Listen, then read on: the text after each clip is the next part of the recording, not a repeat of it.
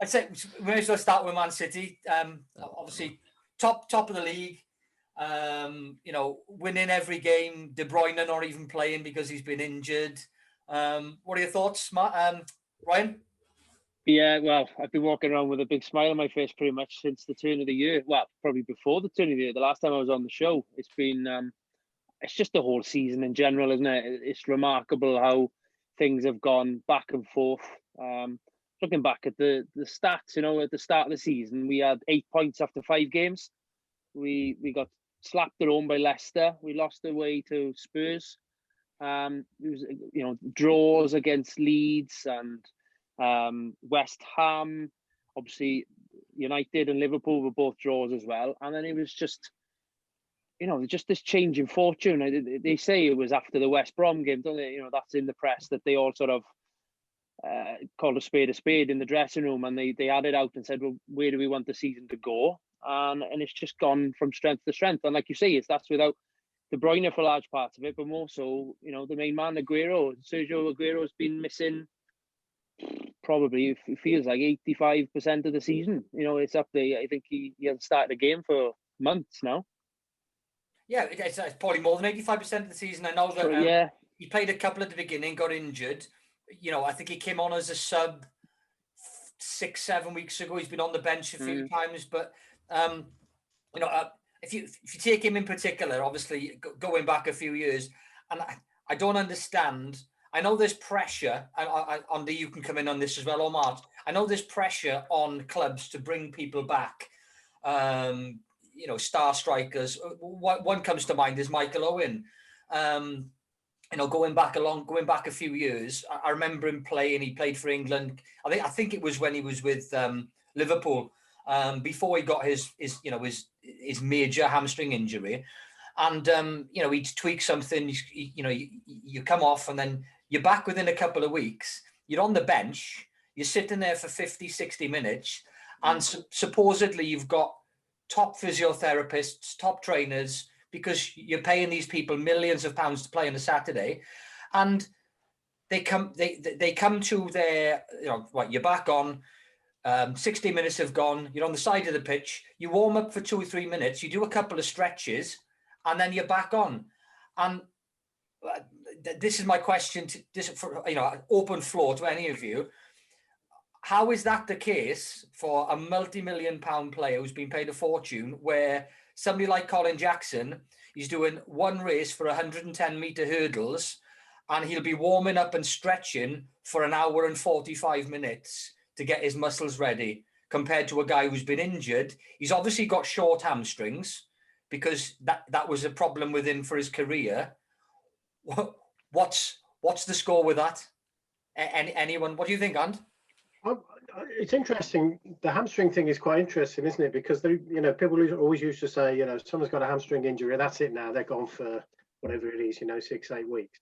I remember reading not too long ago. I think it might have been Peter Crouch's autobiography, where he was talking about being sent out to Poland, and they've all got these sort of magic solutions now. They've got these sort of specialist units in places like Poland where they send players, and it's all sort of, it's sort of freeze treatment and all this sort of thing.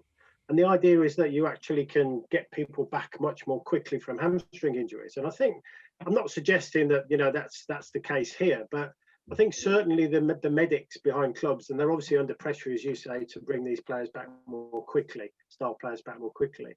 But it does, you're absolutely right, it does seem to defeat the object of it, to actually send players off for all these expensive treatments, specialist hamstring treatments, and then to bring them back and expect them to be able to run on and take part in a really fast game of football after 2 minutes of stretching. So it's something, there's a sort of disconnect there, isn't there, between the treatment and the warm-up. But yeah, I mean, we mentioned Peter Crouch. I don't think there's going to be any shortage of him having short hamstrings, is there? No, sure, anything. No, I think yeah, I mean, we've got a sort of similar situation. We've had a similar situation at Villa with Ross Barkley, and sort of you do get the impression players are sort of being brought back too soon, and there's obviously all sorts of pressure on that. But I would have thought one thing, obviously a club like Manchester City doesn't need to, as you say, they can coast without De Bruyne, so they shouldn't have to rush anybody back or need to rush anybody back, should they, really? Well, they have obviously they haven't rushed him back. No, I, no. I think one interesting point with that is where you mentioned about the club medics and going abroad and stuff. He doesn't work for them now, but up until last year, a guy called Alex was he was the team masseur for the Villa, and I've kept in touch with him, and he's somewhere else now. But I remember the Invincibles. You've got Lee Dixon, Tony Adams, Steve Bold, the 4 or 5 backs who were in their mid-30s. They used to swear that Wenger's routine for them and the way that they prolonged their career was they were having massages pretty much every day after sessions. Whereas the Villa guy was basically saying to me, look, you're only on the massage table at the Villa, and it's probably the case in most clubs, if you're recovering from injuries. Whereas I don't understand, you've got, I don't know, anyone in any of those teams who's above 28 and your muscle elasticity starts changing, to prevent injury. It should be prevention rather than cure. Because I just don't get these guys are being paid millions of pounds. You would have thought they've got the best physios on the planet to work for these clubs. And a lot of the stuff is pretty obvious, and they're not doing it. Especially the warming up. Any player that comes on, you see them warming up. They've got their tunnels. I know that Spurs have got their new, running stuff underneath. But there's no point in warming up for 20 minutes before a game, going and sitting down, watching the game for 60 minutes, and then trotting for 2 minutes because you've lost all that warm up. I just don't get it. To be fair, though, Steve, there are quite a lot of massage parlours down by the Villa ground, so perhaps they were using their services rather than your mate, to be honest. Yeah, you might be right. You might be right. But no, isn't the modern equivalent of what used to be in the old days the magic sponge for players who were injured during the game? Isn't the modern equivalent the ice bath after the game? That's supposed to sort of cure every bit of stiffness and everything else. They're saying that, but just to jump in, obviously let the other drivers speak and have a talk in a second. On the cryo chambers and the ice, it's still out for debate. There's been results recently where they're thinking it might do the opposite effect. It's every few years. I remember, a quick one would be every 5 years they change the stuff to do with CPR in life-saving. 1 year the recovery position should be this. The next year it changes, and then it just goes on in a cycle. So nobody actually knows 100%. I know Bailey uses the ice bath, and a few of them use it after the game. But in 5 years' time, it could be to the detriment of. It might be okay for muscles, but the shock to the heart, they just don't know. They really don't know, and it changes all the time. But what do you think of that, Ryan? Because you've been into that kind of thing.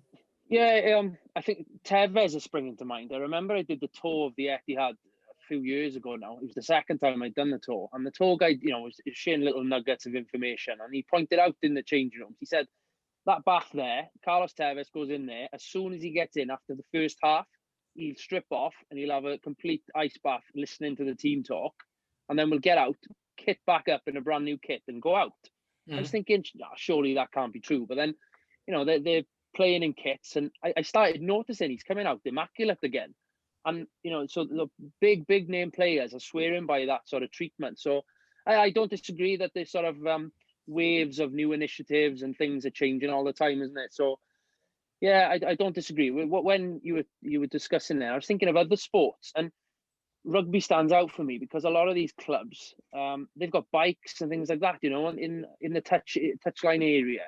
I'm just thinking, I've never seen a footballer on a bike, and you'd think at least they're watching the game for that period as a sub. They could be on just ticking over a little bit, You'd think, why are rugby players doing it when football aren't? It's interesting that. I think there's something within. So I mean, it's a massive generalisation, but we were obviously sort of far behind the Europeans back in the 90s and whatever, in terms of training, in terms of fitness, in terms of well-being and all the rest of it. But it's interesting listening to Thomas Tuchel's talking this morning about Olivier Giroud last night, and obviously he scored that wonder goal.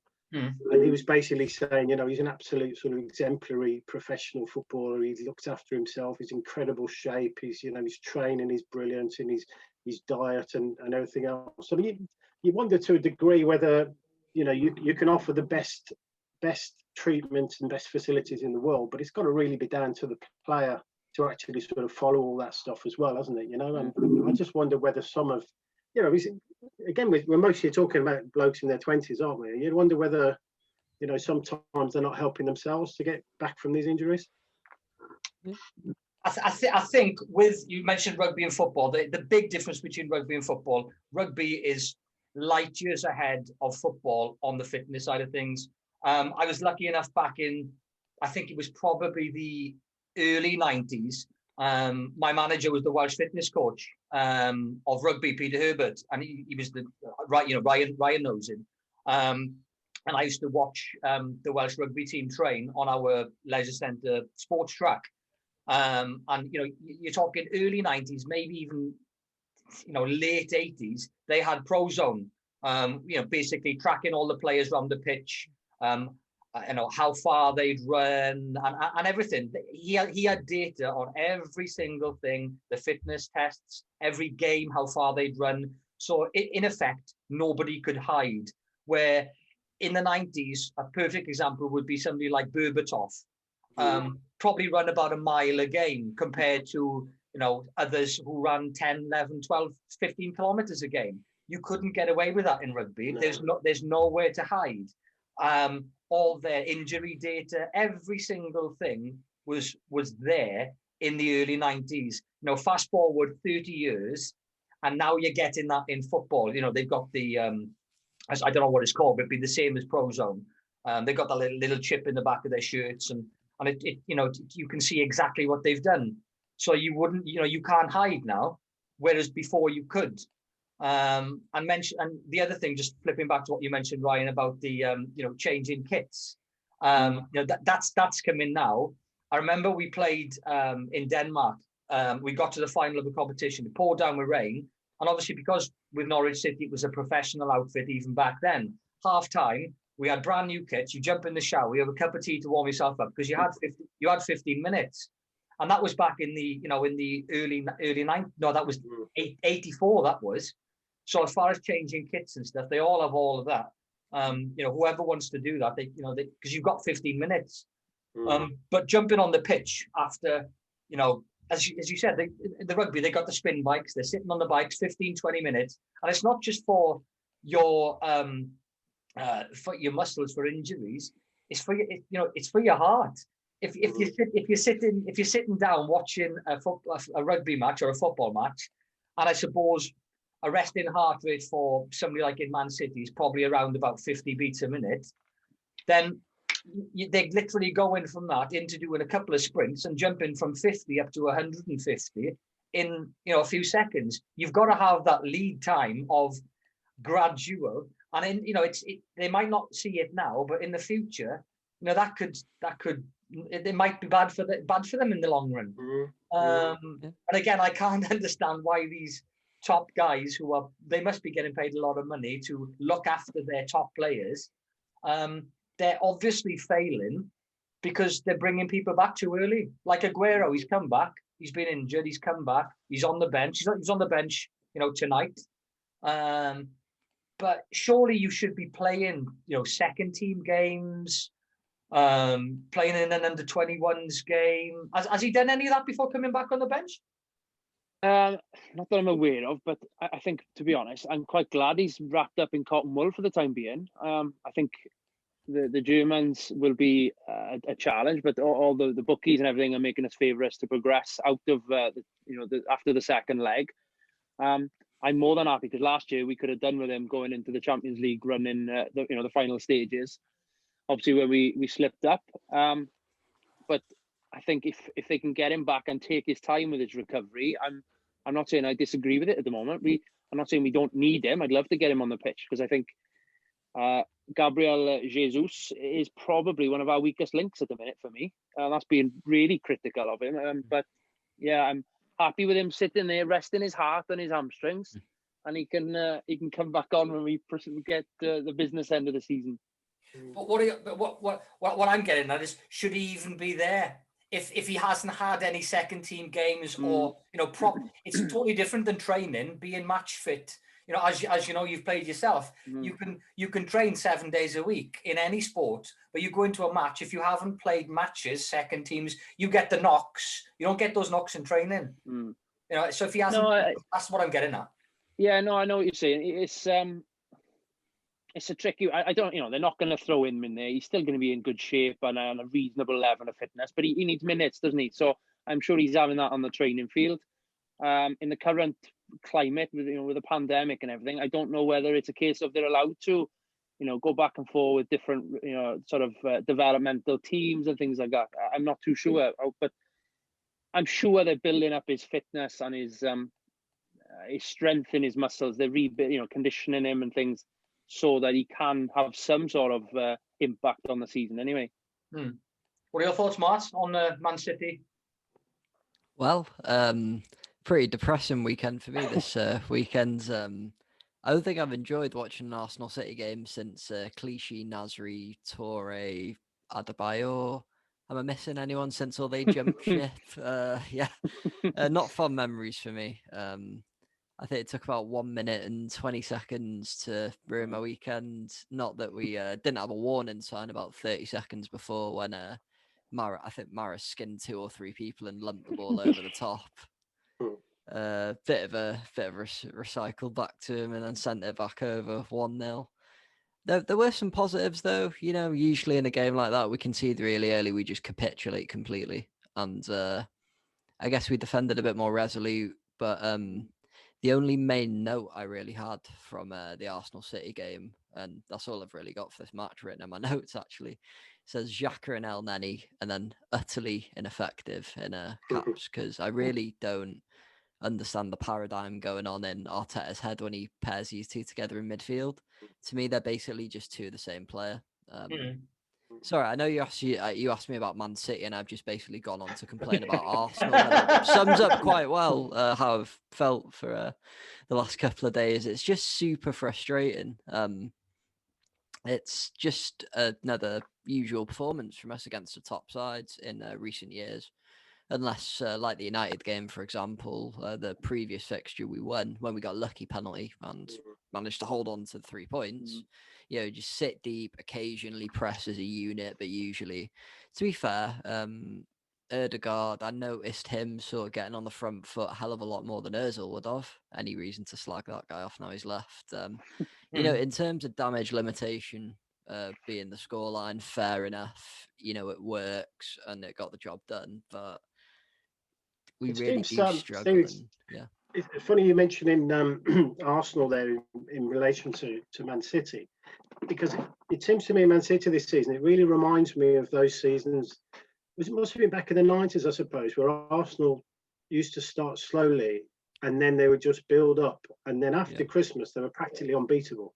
And City have been like that this season. You know, I mean, as you say, they started slowly. They had some results, the Leicester result at home, where you wouldn't expect them to, you expect to lose the odd match maybe, but not like that. And then they've just gradually sort of crept up on everybody. And now they do look unbeatable, don't they? Really? I mean, maybe be the odd one result go against them, but they do look pretty much unbeatable. And you can't help thinking it's as soon as that centre half partnership found its legs, really. Because I mean, as everybody says, last season they didn't really replace Company, but this season, once Diaz has just been incredible and Stones has been playing well. Once they get that centre half partnership together with the flair players that they've got, whichever flair players that they've got, and if Gabriel Jesus is your weakest link, I think you've got a hell of a side, really, haven't you? I just think that they do look.